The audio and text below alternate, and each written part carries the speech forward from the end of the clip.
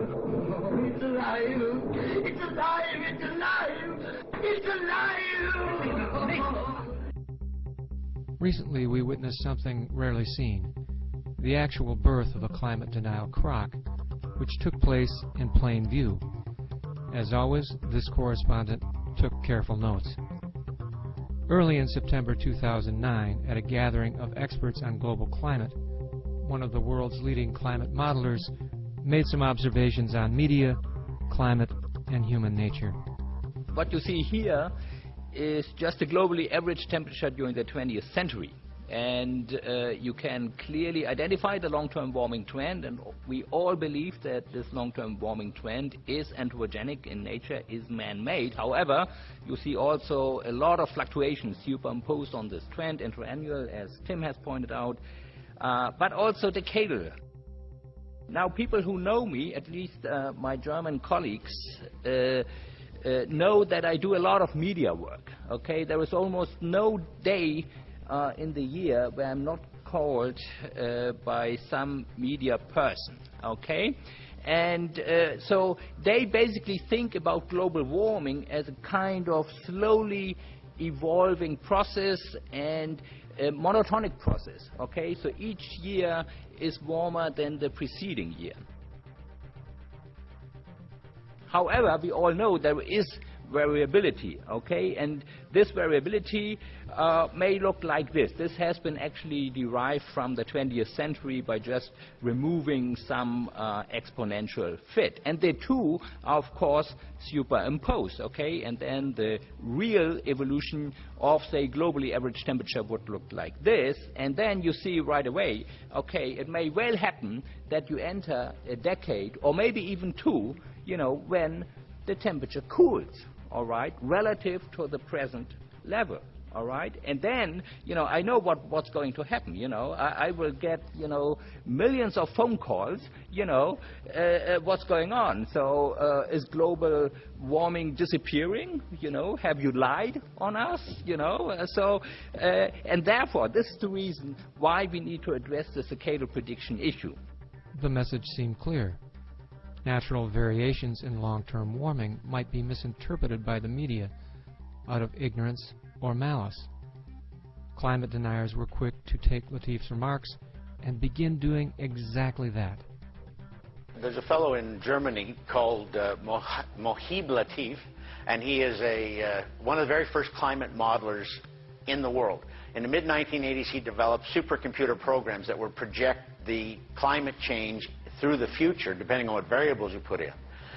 And until very recently, all of his projections have shown continuous, steady warming of the climate until we get to dangerous warming near 2100. But last week in Geneva at a United Nations conference, Professor Latif said, well, you know, now that I can model ocean circulation better, the currents of the oceans better, it looks like we're heading for 10 to 20 years of cooling. It looks to me as though the general climate change theory is starting to fall apart as more and more variables are put into these giant models that the United Nations runs. But we've been told for probably 5 years at least now that anyone who disagrees with these views on global warming is in the pay of big oil, they're an eccentric, they're part of some neoconservative agenda. You're speaking here of a man who is one of the creators of the general view on global warming, who's changing his mind a little. The leading climate model guy, the guy that has just backed out and said, yeah, sure, I was rogue. He's from Germany. Do you have any more details than this? Oh, you don't know this story? Is this the Sunspot one? No. But this is the leading climate modeling guy. I got his for the IPCC. Get his name, Stu. And he has backed out now and said we were wrong. We're going into 30 years of cooling right now. Yeah, at least. One of Al Gore's most prominent allies in this global warming hysterical movement has just pulled the rug out from the former vice president. Now says the world more likely faces decades of global cooling. Similar distortions were quickly spread to the mainstream media and hundreds of online sources. The observation that natural variability exists is not a new one. Scientists test climate models by doing hindcasts, using known variables to look at the previous century. Even here, different model runs produce variable results, although the main outlines track well with real-world observations.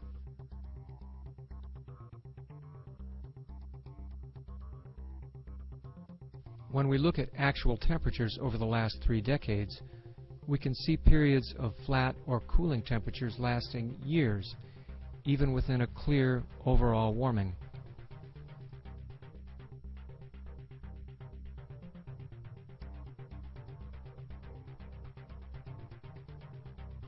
In a model run for the coming century, we see pauses and hiccups in the overall trend.